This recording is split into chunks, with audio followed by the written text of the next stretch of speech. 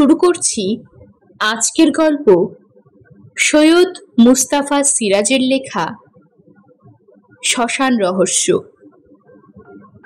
ভদ্রলোক ঘরে ঢুকে নমস্কার করে বললেন, আমি আসছি মেদিগঞ্জ থেকে।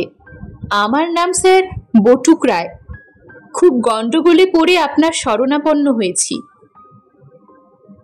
কর্নেল নীলাদ্রি সরকার প্রকাণ্ড একটা ইংরেজি বই খুলে বসেছিলেন, দাঁতের ফাঁকে চুরুট।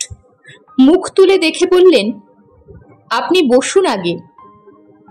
ভদ্রলোকের দিকে হাঁ করে তাকিয়েছিলুম। সত্যি বলতে কি, ইনি যেন নরদানব।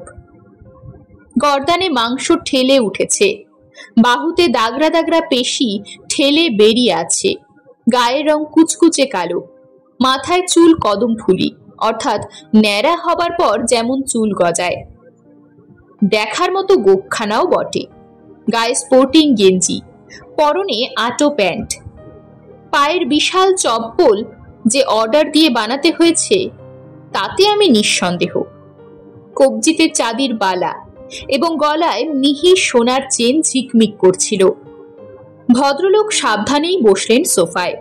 তবু মনে হলো সোফাটা যে কোনো মুহূর্তে ভেঙে পড়বে। ষষ্ঠীচরণ পর্দার ফাঁকে মুন্ডু বাড়িয়েছিল, তার চোখ ছানা বড়া হয়ে উঠেছে। কর্নেল বললেন, ষষ্ঠী, কফি নিয়ে আয়। তখন সে নরদানব দেখছে। কর্নেল চোখ কটমটিয়ে তাকাতেই সে অদৃশ্য হলো। কর্নেল বললেন, আপনি শরীর চর্চা করেন বুঝি? বেয়াম্বির সলজ্জ হাসলেন। একসময় করতুম স্যার, বার তিনেক দেহশ্রী খেতাব পেয়েছিলুম। তবে এখন বয়স হয়েছে, নানা কাজে ব্যস্ত হয়ে পড়েছি, আর ওসব হয়ে ওঠে না। আপনার গন্ডগোলটা কি বলুন এবার। বেয়াম্বির বটুক রায়ের মুখ গম্ভীর হয়ে উঠল। তারপর উনি যে কাহিনী শোনালেন তা যেমন অদ্ভুত তেমনই রোমাঞ্চকর। মেদিগঞ্জ বহরমপুর থেকে সামান্য দূরে গঙ্গার ধারে একটা পুরনো গঞ্জ, ছোটখাটো একটা শহরও বলা যায়। বটুকবাবু সম্প্রতি কিছুকাল আগে একটা ক্লাব করেছেন। ক্লাবটার নাম শ্মশান বন্ধু ক্লাব। মেদিগঞ্জের সব মরা এই ক্লাবের ছেলেরাই বটুকবাবুর নেতৃত্বে শ্মশানে নিয়ে যায়। সৎকারের সব দায়িত্ব তারা নেয়। গরিব মানুষের মরা কিংবা রাস্তাঘাটের বেওয়ারিশ মরা এখন আর আগের মতো গঙ্গায় ফেলে দেওয়া হয় না। শাস্ত্রমতে চিতায় পড়ে এবং সৎকারাদি হয়। সব খরচ ক্লাবের। কিন্তু রোজই তো আর লোক মরে না। তাছাড়া আজকাল কত সব ওষুধ বেরিয়েছে, সহজে লোক মরে না। এদিকে বটুকবাবু এবং ক্লাবের ছেলেদের যেন নেশা ধরে গেছে মরা বয়ে। মরা না পেলে মন ভালো থাকে না। সবই অভ্যেস। তাই কারুর গুরুতর অসুখ বিসুখ হলেই তারা তককে তককে থাকেন। বাড়ির আনাচে কানাচে ওত পেতে বেড়ান। তারপর যেই কান্নাকাটি শোনেন, অমনি বটুকবাবু এক লাফে বাড়িতে ঢুকে হাঁক দেন, কোথায় লাশ? পেছনে তার চেলারা বাড়ি কাঁপিয়ে চেঁচিয়ে ওঠে, বলো হরি হরি বল। গন্ডগোল ঘটেছে দুদিন আগে। সেদিন ছিল শুক্রবার। মেদিগঞ্জে দুজন প্রমোদ বাবু আছেন। একজন হলেন প্রমোদ মিত্তির, তিনি স্কুল মাস্টার। অন্যজন হলেন প্রমোদ বোস, তিনি পোস্ট মাস্টার। দুজনকেই লোকে প্রমোদ মাস্টার বলে। দুজনেরই বয়স 50-এর ওধারে। দুজনেই রোগা খেকুটে চেহারার মানুষ। একজন ভোগেন অম্বলে, অন্যজনের লিভার খারাপ। শুক্রবার সন্ধ্যার একটু আগে সতু নামে ক্লাবের একটি ছেলে দৌড়ে এসে হাঁপাতে হাঁপাতে খবর দিল, প্রমোদ মাস্টার টেসে গেছে। বাজারে গিয়ে এইমাত্র শুনে এসেছে সে, কিন্তু কোন প্রমোদ মাস্টার সেটার হদিশ করতে পারেনি। বটুকবাবু বললেন, চল তবে আগে কাছেরটাই দেখি। কাছেরটা মানে স্কুল মাস্টার প্রমোদ বাবু, মানে প্রমোদ মিত্তির। তিনি যদি না টেসে থাকেন তাহলে পোস্টমাস্টার প্রমোদ বাবু অর্থাৎ প্রমোদ বোসের টেসে যাওয়া অবধারিত। মৃত্যুর খবর তো আর মিথ্যা রটতে পারে না। বিশেষ করে দুজনেই ওরা নিরীহ সজ্জন মানুষ বলে পরিচিত। প্রমোদ মিত্তিরের বাড়ির কাছে যেতেই কান্নাকাটি শোনা গেল। অমনি বটুকবাবু গামছাখানা এক টানে কোমরে বেঁধে বাড়ি ঢুকে পড়লেন। তারপর যথারীতি হাঁক ছাড়লেন, লাশ কোথায়? এদিকে ওর চেলারাও পেছন পেছন ঢুকে চেঁচিয়ে উঠল, বলো হরি হরি বল। অমনি কান্নাকাটি গেল থেমে। তারপর ঘরের ভেতর থেকে বেরিয়ে এলো মাস্টার গিন্নি। রণরঙ্গিনী চেহারা, বা হাতে খ্যাংরা আটা, ডান হাত কোমরে আঁচল জড়াতে জড়াতে হুঙ্কার দিলেন, তবে রে মরা খেকো শকুনের পাল, তোদের জ্বালায় একটু কাঁদবারও জনেরে হতচ্ছাড়ারা। মাস্টার গিন্নি দজ্জাল মহিলা, ব্যায়াম বিড়িরও তোয়াক্কা করেন না। বেগতিক দেখে বটুকবাবু তার দলবল নিয়ে কেটে পড়লেন। কিন্তু খামোখা কান্নাকাটির কি মানে হয়? বটুকবাবু বললেন, আয় রে, পোস্টমাস্টার প্রমোদ বোসের বাড়ি যাই। শ্মশান বন্ধু ক্লাব দৌড়ে চলল পোস্টমাস্টারের বাড়ির দিকে। প্রমোদ বোসের বাড়িটা একেবারে গঙ্গার ধারে নিরিবিলি জায়গায়, চারিদিকে গাছপালা, তার মধ্যে একটা পুরনো একতলা বাড়ি। কাছাকাছি গিয়ে ভল্টু বলল, কই, কান্নাকাটি তো শোনা যায় না। বটুকবাবু বললে, ধুর বোকা, পোস্টমাস্টার বাবুর কে আছে যে কাঁদবে? উনি একা থাকেন না। তপু বলল, কেন, ওর চাকর ভোলা তো আছে, তার কাঁদা উচিত। কিন্তু বাড়ি একেবারে চুপচাপ, সদর দরজা হাট করে খোলা। বেলা পড়ে এসেছে, দিনের আলো কমে গেছে। ডেকে ভোলার সাড়া পাওয়া গেল না। একটা ঘরে আলো জ্বলছে। বটুকবাবু বললেন, তোরা চুপচাপ উঠোনে দাঁড়িয়ে থাক, আমি দেখে আসি ব্যাপারটা। বটুকবাবু বারান্দায় উঠে দেখলেন ঘরের দরজা ফাঁক হয়ে আছে। 40 পাওয়ারের বাল্বের আলো, তাতে পুরো দেওয়ালে আলো খেলে না একেবারে। উকি মারতেই চোখে পড়ল খাটে পোস্টমাস্টার চিত হয়ে শুয়ে আছেন। বটুকবাবু কাশলেন, ডাকলেন, তবু সাড়া নেই। তখন ভেতরে ঢুকে গেলেন। প্রমোদবাবুর চোখ খোলা, কিন্তু চোখের পাতা স্থির, শ্বাস প্রশ্বাস বন্ধ। কপালে হাত রেখে বটুকবাবুর মনে হলো ভীষণ ঠান্ডা হিম। অমনি চেঁচিয়ে উঠলেন, লাশ পাওয়া গেছে, ডোমপাড়া থেকে খাটুলি নিয়ে আয় শিগগির। চেলারা চেঁচিয়ে উঠল, বলো হরি হরি বল। সতু আর ভল্টু দৌড়লো ডোমপাড়ায় খাটুলি আনতে। খরচ ক্লাবের শ্মশান খাটুলি চলে এলো মিনিট 10 মধ্যে। এদিকে বালিশের নিচে থেকে চাবি নিয়ে ঘরে তালা এঁটে প্রমোদ বোসের মরা খাটুলিতে চাপিয়ে হরিধ্বনি দিতে দিতে শ্মশান বন্ধু ক্লাব ছুটে চলেছে শ্মশানের দিকে। ততক্ষণে আবছা আধার ঘনিয়ে এসেছে। শ্মশানের নিচেই গঙ্গা। একটা তেচালা ঘরে ঘাটোয়ারি বাবুর অফিস। লণ্ঠন জেলে বসেছিলেন ঘাটোয়ারি বাবু। মেঝে বসে বিড়ি ফুঁকছিল মধুডোম। সবে তেচালার সামনে মরা নামিয়েছে। এসে গেল ঝমঝমিয়ে বৃষ্টি। খাটুলি তুলে তেচালায় ঢোকানো হলো। ঘাটোয়ারি বাবু বললেন, কার মরা বটুকবাবু? বটুকবাবু বললেন, পোস্টমাস্টার প্রমোদ বাবু। কিসে গেলেন? তা বলতে পারবো না মশাই। বটুকবাবু বললেন, নিশ্চয়ই অসুখ হয়েছিল, বিছানায় মরে পড়েছিলেন, শ্মশানে নিয়ে এলুম। ঘাটোয়ারি বাবু বললেন, তাহলে যে একটা ডেথ সার্টিফিকেট চাই বটুকবাবু। কেন কেন? বটুকবাবু খোঁচে গেলেন, এত মরা এনেছি, কারুর তো চাননি মশাই? আহা, ইনি যে সরকারি লোক, পাবলিকের মরা নিয়ে আমার মাথা ব্যথা নেই, বুঝলেন না, আইনের ব্যাপার। ধুর মশাই, এতকাল আইন দেখাননি, এখন আইন দেখাচ্ছেন? ঘাটোয়ারি বাবু গো ধরে বললেন, না মশাই, বিনা ডেথ সার্টিফিকেটে আমি মরা পোড়াতে দেব না এখানে। বটুকবাবু ওকে তুলে গঙ্গায় ছুঁড়ে ফেলবেন কিনা ভাবছেন। সতু বলল, ঠিক আছে বটুকদা, কুঞ্জ ডাক্তারের কাছ থেকে এক্ষুনি সার্টিফিকেট এনে দিচ্ছি। বলেই ডান পিঠে সতু বৃষ্টির মধ্যেই দৌড়ে চলে গেল। কিছুক্ষণের মধ্যে বৃষ্টিটা কমে এলো। ঘাটোয়ারি বাবু বললেন, ততক্ষণে আমি খেয়ে আসি। মধুডোমও বলল, আমিও খেয়ে আসি তাহলে। তারপর দুজনে চলে গেল। যাবার সময় ঘাটোয়ারি বাবু লণ্ঠনটা নিয়ে গেলেন। তপু বারণ করতে যাচ্ছিল। বটুকবাবু বললেন, ছেড়ে দে। আসলে উনি ভীষণ রেগে গেছেন ঘাটোয়ারি বাবুর উপর। অন্ধকারে বসে রইলেন ওরা। বৃষ্টিটা একটু পরে আবার বেড়ে গেল। বিদ্যুৎ চমকাচ্ছিল মাঝে মাঝে, মেঘও ডাকছিল। তাড়াহুড়ো করে বেরিয়ে পড়েছিলেন বলে বটুকবাবুর টর্চ নিতে মনে ছিল না। ছেলেগুলোরও খেয়াল হয়নি। এখন মনে হচ্ছিল একটা আলো থাকলে ভালো হতো। তেচালার একটা পাশে খাটুলিতে পোস্টমাস্টার বাবুর মরা, অন্য পাশে মেঝেই বসে আছেন বটুক বাবুরা। হঠাৎ একটা খুসখুসে ক্যাচক্যাচে আওয়াজ কানে এলো।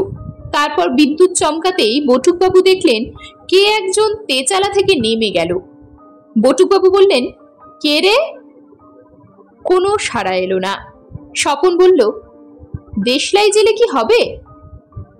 স্বপন বলল, আমার কেমন যেন খটকা লাগছে। ভল্টু, আয় তো। দুজন খাটুলির কাছে গেল।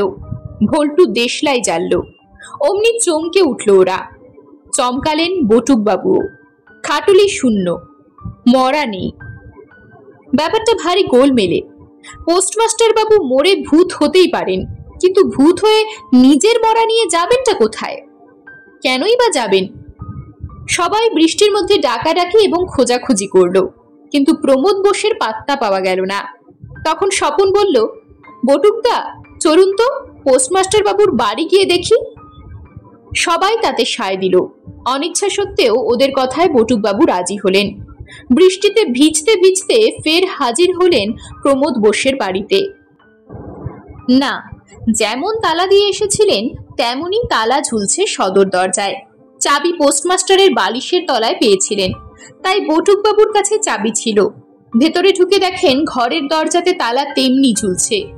সে তালা খুলে ঘরের ভেতরেও দেখলেন কেউ নেই। ততক্ষণে বৃষ্টি থেমে গেছে। আকাশে এক টুকরো চাঁদও উঠেছে। হতবাক হয়ে বটুকবাবুরা বেরিয়ে এলেন। রাস্তায় দেখা হয়ে গেল সতুর সঙ্গে। সে হাঁপাতে হাঁপাতে বলল, কি ব্যাপার, আপনারা চলে এসেছেন যে শ্মশান থেকে? কুঞ্জবাবু কিছুতেই মুখের কথা শুনবেন না। মরা পরীক্ষা করে তবে সার্টিফিকেট দেবেন, তাই ওকে শ্মশানে বসিয়ে রেখে আপনাদের খুঁজতে বেরিয়েছি। ঘাটোয়ারি বাবু বললেন ফিরে এসে আপনাদের দেখতে পাননি। বটুকবাবু বললেন, কিন্তু মরা মরা যে নেই। নেই মানে? সতু হাসল, মরা থাকবে না কেন, দিব্যি আছে। সবাই ঊর্ধ্বশ্বাসে ছুটে চললেন শ্মশানের দিকে। যেতে যেতে ব্যাপারটা সংক্ষেপে স্বপন জানিয়ে দিল সতুকে। সতু বিশ্বাসই করল না কথাটা। মরা পায়ে হেঁটে চলে গিয়েছিল এবং আবার কখন ফিরে এসে খাটুলিতে শুয়েছে, এ কি বিশ্বাসযোগ্য? কিন্তু বটুকবাবু গিয়ে দেখেন, হ্যাঁ, সত্যি খাটুলিতে মরা রয়েছে, কিন্তু কাপড় ঢাকা দেওয়া কেন? টেবিলে লণ্ঠন রেখে ঘাটোয়ারি বাবু বসে আছেন। পাশে একটা টুলে বসে আছেন কুঞ্জবাবু ডাক্তার। মধুডোম বসে বসে ঢুলছে। কুঞ্জ ডাক্তার হাসতে হাসতে বললেন, বটুক না এলে মরা হাত দেব না বলে ওয়েট করছি। নাও বটুক, কাপড় ওঠাও, দেখি সত্যি মরেছে মাস্টার বাবু নাকি এখনো জ্যান্ত আছে। হাসতে হাসতে মস্ত টর জেলে খাটুরির দিকে এগিয়ে গেলেন ডাক্তারবাবু। বটুকবাবু কাপড় উঠালেন, তারপর ভীষণ চমকে গেলেন। চোখকে বিশ্বাস করতে পারলেন না। ক্লাবের ছেলেরাও হকচকিয়ে দাঁড়িয়ে রইল। কুঞ্জ ডাক্তার বলে উঠলেন, এ কি হে বটুক, এ তো পোস্টমাস্টার নয় দেখছি।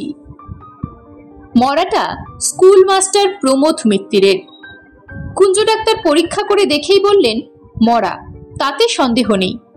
তবে বটুক, তোমায় একটা কথা বলি শোনো, বেশি উৎসাহ ভালো নয়। এক প্রমোদের মরা শুনে এলুম, এসে দেখি অন্য প্রমোদ।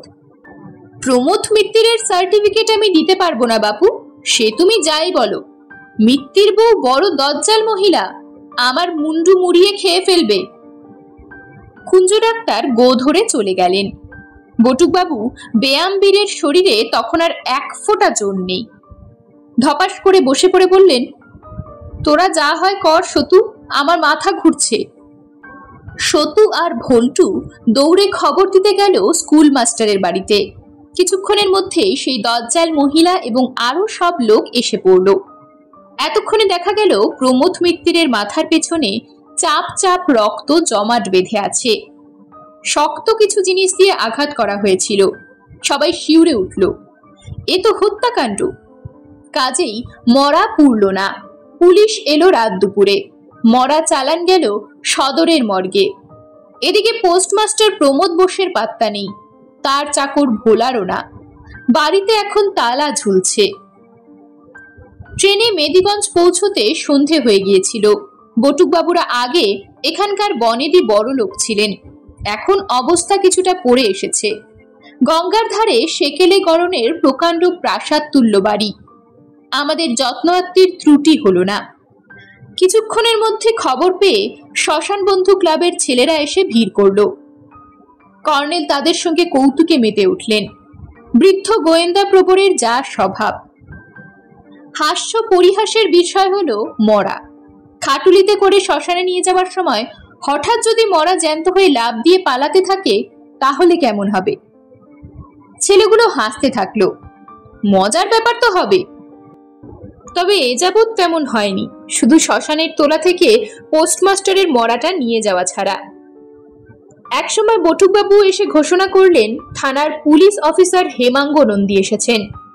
সতু, ভল্টু, তোরা সব এখন যা, ক্লাবে গিয়ে বস, আমি যাচ্ছি।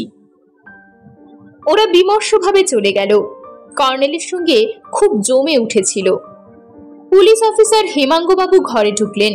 সহাস্যে নমস্কার করে বললেন, কর্নেল, আপনার ট্র্যাঙ্কলের পরই আমি পোস্ট অফিসে গিয়েছিলাম। নতুন পোস্টমাস্টার আজ সকালে জয়েন করেছে। খোঁজ নিয়ে জানলুম প্রমোদ মিত্তির মারা যাওয়ার পরদিন অর্থাৎ শনিবার তার নামে একটা পার্সেল এসে পৌঁছয়। পোস্টম্যান মোটে দুজন, হরিপদবাবু আর মাখনবাবু। মিত্তির মশার বাড়িটা হরিপদবাবুর বিটের মধ্যে পড়ে। যাই হোক, সেদিন পোস্টমাস্টার না থাকায় ওরা দুজনেই সব কাজকর্ম করেন। দুপুরে হরিপদবাবু পার্সেলটা নিয়ে আসেন। মিত্তির মশাইয়ের স্ত্রীকে সাধারণ পার্সেল ডেলিভারি দেন। কর্নেল বললেন, রেজিস্ট্রি পার্সেল নয়? না। হেমাঙ্গবাবু বললেন, পার্সেলের প্যাকেটের ভেতরে অম্বলের ওষুধ পাওয়া গেছে। কলকাতার একটা আয়ুর্বেদিক ওষুধ কোম্পানি থেকে বিনামূল্যে পাঠানো নমুনা ওষুধ। মিত্তির মশাইয়ের অম্বলের অসুখ ছিল। বিজ্ঞাপন দেখে চিঠি লিখে থাকবেন। শুক্রবার সন্ধ্যায় মিত্তির মশাই কোথায় ছিলেন তদন্ত করেছেন কি? হ্যাঁ, উনি বাসুদেব বাবুর মেয়েকে 7টা পর্যন্ত পড়িয়ে বাড়ি ফিরছিলেন। পথে হারান বাবুর কাছে শোনেন পোস্টমাস্টার মশাই মারা গেছেন। তার বডি শ্মশানে নিয়ে যাওয়া হয়েছে। তাই শুনে মিত্তির মশাই শ্মশানের দিকে চলে যান। দুজনের মধ্যে খুব বন্ধুতা ছিল শুনলুম। তাহলে ওকে পথেই খুন করা হয়েছিল? ঠিক তাই। আচমকা ওর মাথার পেছনে শক্ত কিছু দিয়ে আঘাত করা হয়। নিশ্চয়ই পড়ে গিয়েছিলেন মাটিতে। রক্তও পড়া উচিত, কিন্তু বৃষ্টির জন্য ধুয়ে গেছে। কাজেই জায়গাটা আমরা খুঁজে বের করতে পারিনি। বটুকবাবু কান খাড়া করে শুনছিলেন। বললেন, বুঝতে পেরেছি, মিত্তির মশাইকে খুন করে তার বডিটা বয়ে নিয়ে গিয়েছিল খুনি। হয়তো গঙ্গায় ফেলে দেবার মতলব ছিল, আমরা থাকায় পারেনি। হেমাঙ্গবাবু বললেন, হয়তো তাই। আপনারা যেমন শ্মশান থেকে পোস্টমাস্টার বাবুর খোঁজে তার বাড়ির দিকে দৌড়ে গেছেন, তেমনি সে মিত্তির মশাইয়ের বডি শূন্য খাটুলিতে রাখতে সুযোগ পেয়েছে। ভেবেছিল পোস্টমাস্টারের বডি বলেই চিতায় উঠবে। রাত বিরেতে অত কে লক্ষ্য করবে? তাছাড়া ওই বৃষ্টি। তাহলে পোস্টমাস্টারকে সে তেচালা থেকে নিশ্চয়ই বেরিয়ে যেতে দেখেছিল এবং বিদ্যুতের আলোয় চিনতে পেরেছিল।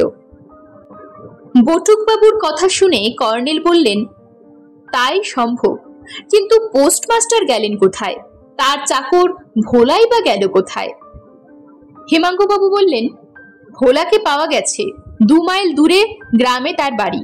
তার বক্তব্য হলো সে ছুটি নিয়ে বাড়ি গিয়েছিল, তারপর অসুস্থ হয়ে পড়ায় আসতে পারেনি। সেটা সত্যি বলেই মনে হয়েছে আমাদের, কারণ এখনো সে প্রবল জ্বরে ভুগছে, ডাক্তারের মতে ম্যালেরিয়া। কর্নেল বললেন, আপনারা কাকে খুনি বলে সন্দেহ করেছেন? পোস্টমাস্টারকেই প্রথমে সন্দেহ করেছিলুম। মনে হয়েছিল আগাগোড়া ব্যাপারটা তারই প্ল্যান। পড়ার ভান থেকে পড়ে থাকা, শ্মশান থেকে সুযোগ পেয়ে কেটে পড়া এবং মিত্তির মশাইকে খুন করা। কিন্তু শেষে ভেবে দেখলুম এতে অনেক হিসেবের গন্ডগোল হচ্ছে। প্রথম কথা, শ্মশান থেকে কেটে পড়ার পর মিত্তির মশাইকে খুন করার জন্য উপযুক্ত জায়গায় পেয়ে যাবেন, এটা খুবই আকস্মিক ব্যাপার। এক হতে পারে আগেই খুন করে লুকিয়ে রেখে বাড়ি ফিরে মরা সেজেছিলেন। কিন্তু হারান বাবুর সাক্ষ্যে জানা গেছে পোস্টমাস্টারকে শ্মশানে নিয়ে যাবার পরও মিত্তির মশাই জীবিত ছিলেন, অতএব এই ব্যাপারটা ঠিক নয়। দ্বিতীয় কথা, রোগা টিংটিঙে দুর্বল মানুষ তিনি। মিত্তির মশাইকে খুন করা সম্ভব হলেও তার বডি বয়ে নিয়ে শ্মশানের তেচালায় ঢোকানো একেবারে অসম্ভব। তাছাড়া উনি নাকি রোজ সন্ধ্যায় আফিং খেতেন, ভোলা বলেছে। আফিং খেতেন? কর্নেল চমকে উঠলেন। হ্যাঁ, তাছাড়া ওর ঘর খুঁজে আমরা আফিং এর কৌটোও পেয়েছি। কর্নেল একটু হাসলেন। যাক, তাহলে খাটুলি থেকে উঠে ওর মরা চলে যাওয়ার রহস্য ফাঁস হলো। বটুকবাবু অবাক হয়ে বললেন, ফাঁস হলো কিভাবে? পোস্টমাস্টার আফিং খেয়ে মরার মতো পড়েছিলেন। আপনারা ওকে মরা ভেবে শ্মশানে নিয়ে যাওয়ার পর গঙ্গার ধারে ঠান্ডা বাতাসের ঝাপটানিতে ওর মওতাত কেটে যায় এবং খাপ্পা হয়ে চলে আসেন। আফিংখোরদের মওতাত কেটে গেলে তারা ভীষণ খাপ্পা হয়ে যায়। কিন্তু উনি গেলেন কোথায় তাহলে? সেটাই বোঝা যাচ্ছে না। হেমাঙ্গবাবু বললেন, কর্নেল, গত বছর আমি নদিয়ার রামনগর থানায় থাকার সময় চৌধুরী বাবুদের মন্দিরের বিগ্রহ চুরির রহস্য আপনি যেভাবে ফাঁস করেছিলেন, এবারও তাই করবেন এ বিশ্বাস আমার আছে। সেবারকার মতোই সব রকম সাহায্য আপনি পাবেন। মিত্তির মশাইয়ের হত্যা রহস্য নিয়ে আমরা হিমশিম খাচ্ছিলুম। আজ সকালে আপনার ট্র্যাঙ্কল পাওয়ার সঙ্গে সঙ্গে স্বস্তির নিঃশ্বাস ফেলেছি। দেখা যাক। গোয়েন্দাবর দাড়িতে হাত বুলিয়ে বললেন, একটা কথা, পোস্টমাস্টার বাবুর ঘরের চাবিটা কি আপনার কাছে? চাবিটা আমি চাই। হেমাঙ্গবাবু ব্রিফকেস খুলে চাবিটা বের করে দিলেন। আরো কিছুক্ষণ কথাবার্তা বলে এবং চাটা খেয়ে উনি বিদায় নিলেন। বটুকবাবু বললেন, তাহলে বিশ্রাম করুন কর্নেল, আমি একবার ক্লাব থেকে ঘুরে আসি। কর্নেল মুচকি হেসে বললেন, রাতে কি একটা মরা পাবার আশা করছেন বটুকবাবু? বটুকবাবু হো হো করে হাসলেন। পেলে খুশি হব, তবে সে মরা আবার জ্যান্ত হয়ে না পালিয়ে যায়। বটুকবাবু চলে যাচ্ছিলেন, হঠাৎ কর্নেল ডাকলেন, বটুকবাবু শুনুন। বটুকবাবু ঘুরে দাঁড়ালেন। তখন কর্নেল বললেন, আপনি তো শরীর চর্চা করেছেন এক সময়, ব্যায়ামবিদ ছিলেন, কখনো কুস্তি লড়েছেন? বটুকবাবু অবাক হয়ে বললেন, লড়েছি বই কি। মেদিগঞ্জে এক সময় প্রতি বছর কুস্তি প্রতিযোগিতা হতো। তখন আপনার সঙ্গে কুস্তি লড়ার মতো পালোয়ান আছে তল্লাটে? আছে বই কি, মেদিগঞ্জেই আছে। নাম কি তার? বেনিমাধব কুণ্ডু, বাজারের ওদিকে বাড়ি। কি করেন ভদ্রলোক? বটুকবাবু বাঁকা মুখ করে বললেন, বেনি একটা জুয়ারি। একসময় ওদের মস্ত ব্যবসা ছিল, জুয়া খেলে সব লড়িয়ে দিয়েছে। এখন ওর কাজ হলো এলাকার মেলায় গিয়ে জুয়ার আসর পাতা। সারা বছর এখানে ওখানে মেলা বসে নানা উপলক্ষে। মেলায় মেলায় জুয়োর ছক নিয়ে ঘুরে বেড়ায়। কার্বাইড ল্যাম্প জেলে বসে থাকে। চামড়ার কৌটোর হরতন, ইস্কাপন, চিরিতন, রুইতন, ড্রাগন আর মুকুটাকা 6টা চৌকো গুটি ভরে নাড়ে, তারপর ছকের উপর ছড়িয়ে দেয়। ছকেও ওইসব চিহ্ন আঁকা। লোকে এক একটা চিহ্নে পয়সা ফেলে দান ধরে। প্রতি গুটির 6 পিঠে ওই 6টা চিহ্ন আছে। গুটির ওপর পিঠে যে চিহ্ন, ছকের সেই চিহ্নের ঘরে পয়সা থাকলে খেলুড়ের ডবল পয়সা পাবে। যার না মিলবে সে হারাবে। কর্নেল বললেন, জানি, দেখেছি। বটুকবাবু বললেন, হঠাৎ এ কথা কেন কর্নেল? এমনি বলে কর্নেল চোখ বুঝলেন। বটুকবাবু মুখে বিস্ময়ের চিহ্ন নিয়েই বেরিয়ে গেলেন। রাত 10টা বাজলো দেয়াল ঘড়িতে। খাওয়া দাওয়ার পর কর্নেল, বটুকবাবু আর আমি বারান্দায় বসে কথা বলছিলুম। ততক্ষণে কৃষ্ণপক্ষের চাঁদটা উঠেছে গাছপালার ফাঁকে। আকাশের টুকরো মেঘ ভেসে বেড়াচ্ছে, বারবার চাঁদটাকে ঢেকে দিচ্ছে। হঠাৎ কর্নেল বললেন, চলুন বটুকবাবু, পোস্টমাস্টার বাবুর বাড়িতে হানা দেওয়া যাক। বটুকবাবু উত্তেজিতভাবে বললেন, যাবেন? বেশ তো, চলুন। এখান থেকে শর্টকাটে চুপি চুপি নিয়ে যাব। ওদের বাড়ির পেছনে বাগান। বাগানের গেট দিয়ে আমরা আগাছার জঙ্গলে পড়লুম। টর্চ জ্বালা মানা। তবে চাঁদের আলোয় হেঁটে যেতে অসুবিধা হচ্ছিল না। পোস্টমাস্টারের নিরিবিলি বাড়িটা দেখে গা ছমছম করলো অজানা ভয়ে। গাছপালার ভেতর বাড়িটা যেন হানা বাড়ির মতো দাঁড়িয়ে আছে। পেছন দিকে একটা বন্ধ জানলার কাছে কর্নেল দাঁড়িয়ে গেলেন। ঠিক তখনই কানে এলো শব্দটা, ঠক ঠক ঠক। বটুকবাবু ফিসফিস করে বললেন, কাঠঠোকরা পাখি না? কর্নেল ইশারায় চুপ করতে বললেন। রাতের বেলা কাঠঠোকরা পাখি শব্দ করবে কেন বুঝলাম না। তাছাড়া শব্দটা শোনা যাচ্ছে যেন পোস্টমাস্টার বাবুর ঘরের ভেতর থেকে। তারপর ঝরঝর করে কি ঝরে পড়ল। বটুকবাবু এবার ফিসফিস করে বললেন, শীদেল চোর। কর্নেল ওকে চুপ করতে ইশারা করলেন, কিন্তু ঠক ঠক শব্দটা যেই একটু জোরে হয়েছে এবং ঝরঝর করে সম্ভবত চুনবালি খসে পড়েছে, অমনি ব্যায়ামবীরকে বাঘ মানানো গেল না। তবে রে বেটা চোর বলে আচমকা পেল্লায় হাঁক ছেড়ে উনি সামনে ছিটকে গেলেন। চাঁদের আলোয় দেখলুম ওর বিশাল শরীর বাড়ির অন্যদিকে মিলিয়ে গেল। ধুপ ধুপ শব্দে মাটি কাঁপল। তারপর ধপার শব্দ হলো কোথায়। তারপর নরদানবের হুঙ্কার এবং বাপরে বলে আর্তনাদও শুনতে পেলুম। দৌড়ে বাড়ির সামনে সদর দরজায় পৌঁছলুম দুজনে। দরজা খোলা। উঠোনে দাঁড়িয়ে বটুকবাবু নিজের প্রকাণ্ড বাহুতে হাত বুলোচ্ছেন। আমাদের দেখে হাঁপাতে হাঁপাতে বললেন, বিছুটি বিছুটি। টর্চের আলো জেলে কর্নেল বললেন, শীদেল চোর বিছুটি ঘা মেরে পালিয়েছে দেখছি বটুকবাবু। বটুকবাবু বললেন, আলকুশিও হতে পারে। ইস, জ্বালা করছে প্রচন্ড। চোরকে দেখতে পেয়েছেন কি? বটুকবাবু করুণ মুখে বললেন, না, পেলে তো এক ছাড়ে ফুটিফাটা করে দিতুম। বারান্দার থামের আড়ালে লুকিয়ে পড়েছিল, যেই গেছি আর বিছুটি না আলকুশি ঘষে দিয়েছে। পাশাপাশি দুটো ঘর, একটা ঘরে তালা ঝুলছে, অন্যটার তালা ভাঙা। সে ঘরটাই পোস্টমাস্টারের শোবার ঘর। বটুকবাবু সুইচ টিপে বাতি জ্বালিয়ে দিলেন। দেখলুম একখানে দেয়ালের অনেকটা ধস ছাড়িয়ে দিয়ে গেছে চোর। পরীক্ষা করে কর্নেল বললেন, দেয়ালে কিছু পোতা আছে কিনা খুঁজছিল। বললুম, গুপ্তধন নয় তো? কর্নেল মুচকি হেসে বললেন, তাও হতে পারে। দেখছো না, সারা ঘর ওলট পালট করে খুঁজেছে, না পেয়ে শেষে দেয়ালের দিকে ঝুঁকে পড়লেন। মেঝে থেকে হাতখানেক উঁচুতে খোঁড়া হচ্ছিল। সেখানে কি পরীক্ষা করে কর্নেল সোজা হয়ে দাঁড়ালেন। এখানে সিঁদুর দিয়ে স্বস্তিক চিহ্ন আঁকা ছিল বলে সন্দেহ হয়েছিল চোরের। বটুকবাবু জিজ্ঞেস করলেন, কি খুঁজছিল বলুন তো? ওই তো জয়ন্ত বলল, গুপ্তধন। বটুকবাবু বা হাতের কুনুইয়ের ওপরটায় হাত বুলোতে বুলোতে হেসে ফেললেন। যা, প্রমোদ মাস্টারের ঘরে গুপ্তধন? অসম্ভব ব্যাপার। কর্নেল টর্চের আলো ফেলে খসে পড়া চুনবালিগুলো দেখতে দেখতে বললেন, চোর ঠিকই ধরেছিল। এখানে সদ্য নতুন পলেস্তারা করা হয়েছিল দেখছি। বটুকবাবু দেখুন তো, একটা শক্ত খুন্তি বা শাবল পান নাকি? রান্নাঘরে খুঁজে দেখুন, টর্চ নিয়ে যান।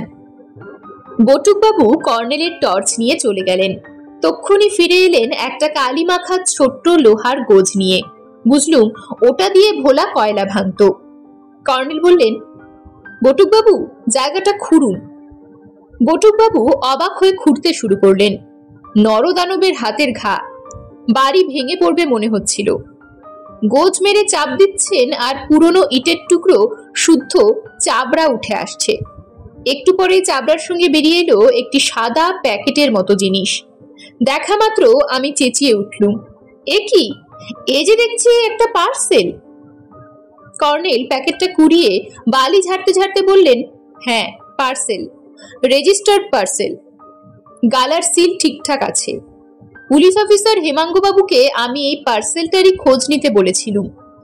আমার অনুমান ঠিক দেখছি, স্কুল মাস্টার প্রমোদ মিত্তিরের নামেই এসেছে, অথচ ওকে ডেলিভারি না দিয়ে পোস্টমাস্টার বাবু এটা এখানে গুপ্তধনের মতো পুঁতে রেখেছিলেন। বটুকবাবু বললেন, কি আছে ওতে? অম্বলের ওষুধ নাকি? কর্নেল হাসলেন। ওষুধ কোম্পানির নামেই পাঠানো হয়েছিল প্রমোদ মিত্তিরের কাছে। যাই হোক, আপাতত আর এখানে নয়, চলুন ফেরা যাক। রহস্যময় পার্সেলটার ভেতর কি এমন দামি ওষুধ আছে যে প্রমোদ বোস ওটা প্রমোদ মিত্তিরকে ডেলিভারি না দিয়ে এমন করে লুকিয়ে রেখেছিলেন, তা আমার মাথায় ঢুকছিল না। পার্সেলটা খুলে দেখার কথাও বার কত কর্নেলকে বললুম, গোয়েন্দা প্রবরের কানেই যেন ঢুকলো না। উপরন্তু সেই রাত্রেই থানায় গিয়ে হেমাঙ্গ নন্দীর কাছে জমা দিয়ে এলেন। সকালে ব্রেকফাস্ট খাওয়ার পর কর্নেল বললেন, বটুকবাবু, মিত্তির মশাইয়ের স্ত্রী নাকি দজ্জাল মহিলা, সবসময় হাতে খ্যাংরা ঝাঁটা নিয়ে থাকেন।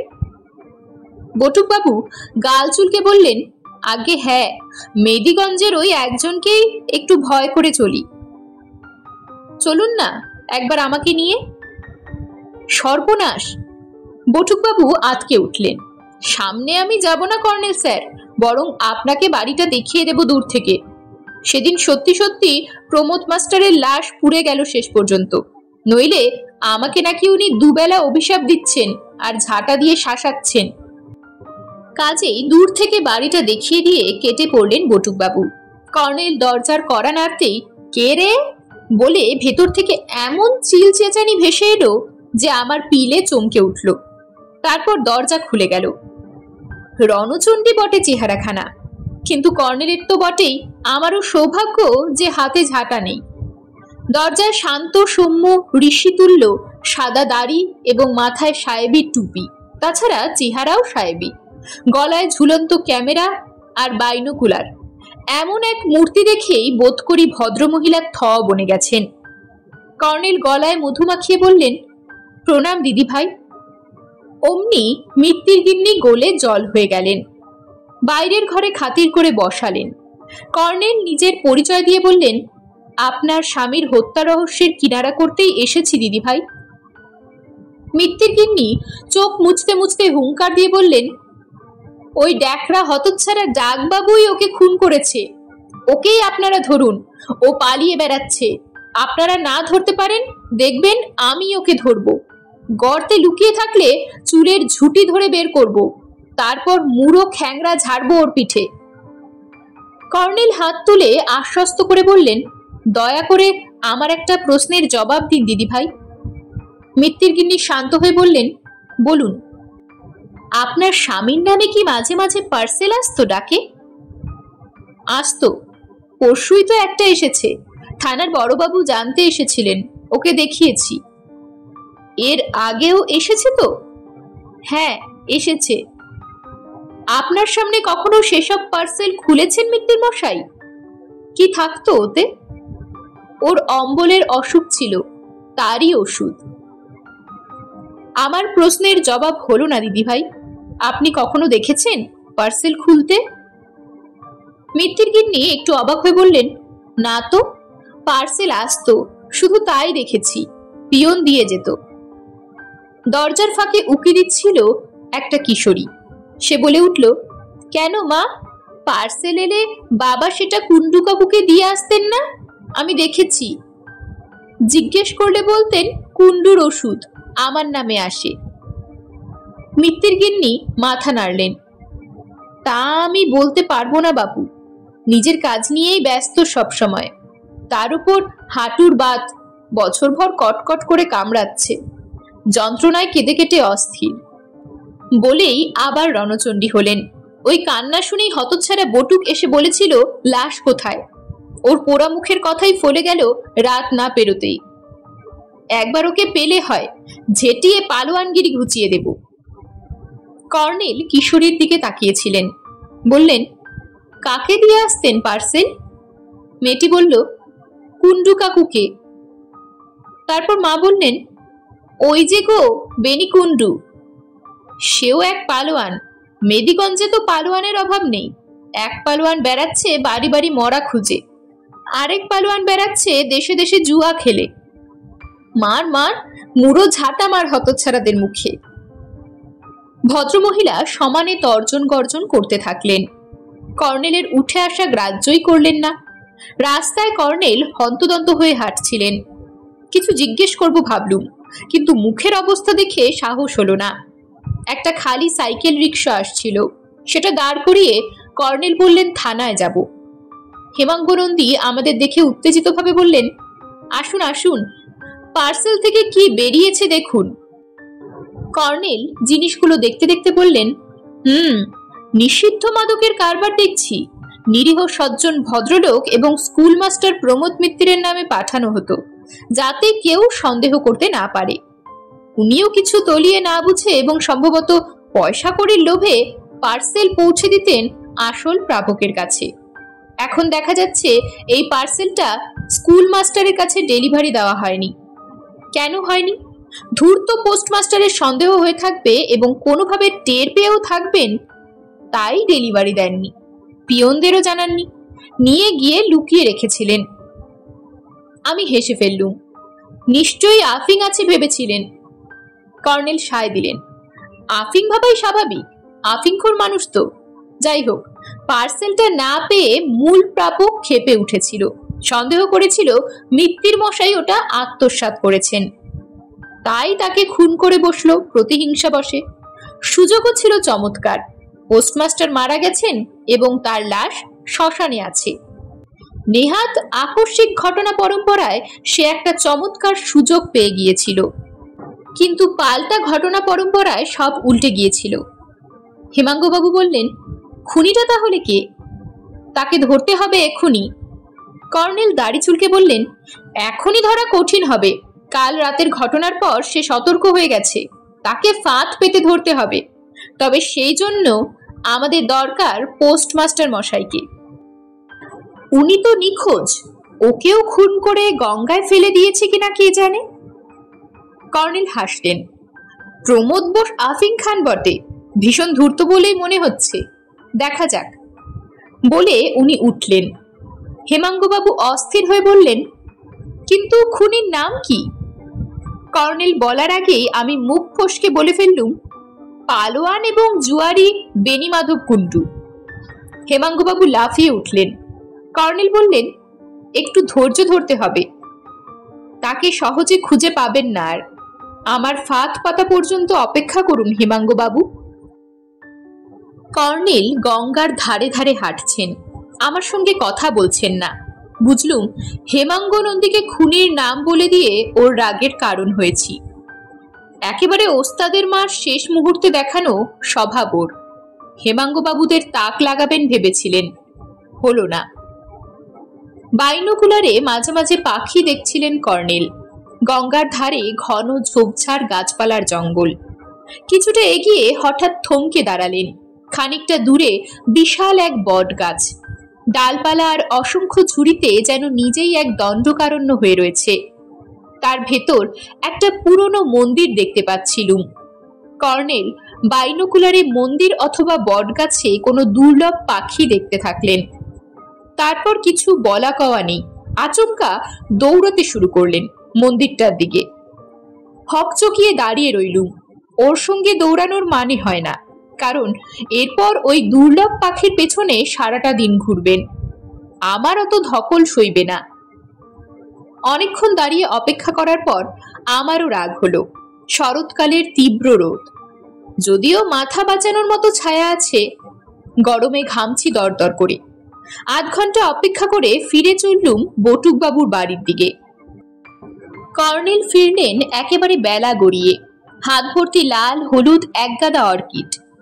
ওর বাড়ির ছাদের প্ল্যান্ট ওয়ার্ল্ডে আশ্রয় পাবে ওগুলো, তাতে সন্দেহ নেই। আমার রাগ এবং নিজের রাগ সব জল করে একগাল হেসে বললেন, ডার্লিং, আজ আমার হ্রদ দেখা আর কলা বেচা দুই হলো। তার মানে? বৃদ্ধ ঘুঘুবর রহস্যময় হেসে বললেন, আজ রাত 10টায় দেখবে, ধৈর্য ধরো। তুমি সম্ভবত বটুকবাবুর সংসর্গে এসে তার মতোই অতি উৎসাহী এবং অধীর হয়ে পড়েছ। সাবধান। লম্বা ঘুমে কাটিয়ে দিলুম বিকেল অবধি। উঠে দেখলুম কর্নেল আবার বেরিয়েছেন। বটুকবাবুর সঙ্গে শ্মশান বন্ধু ক্লাবে গেলুম আড্ডা দিতে।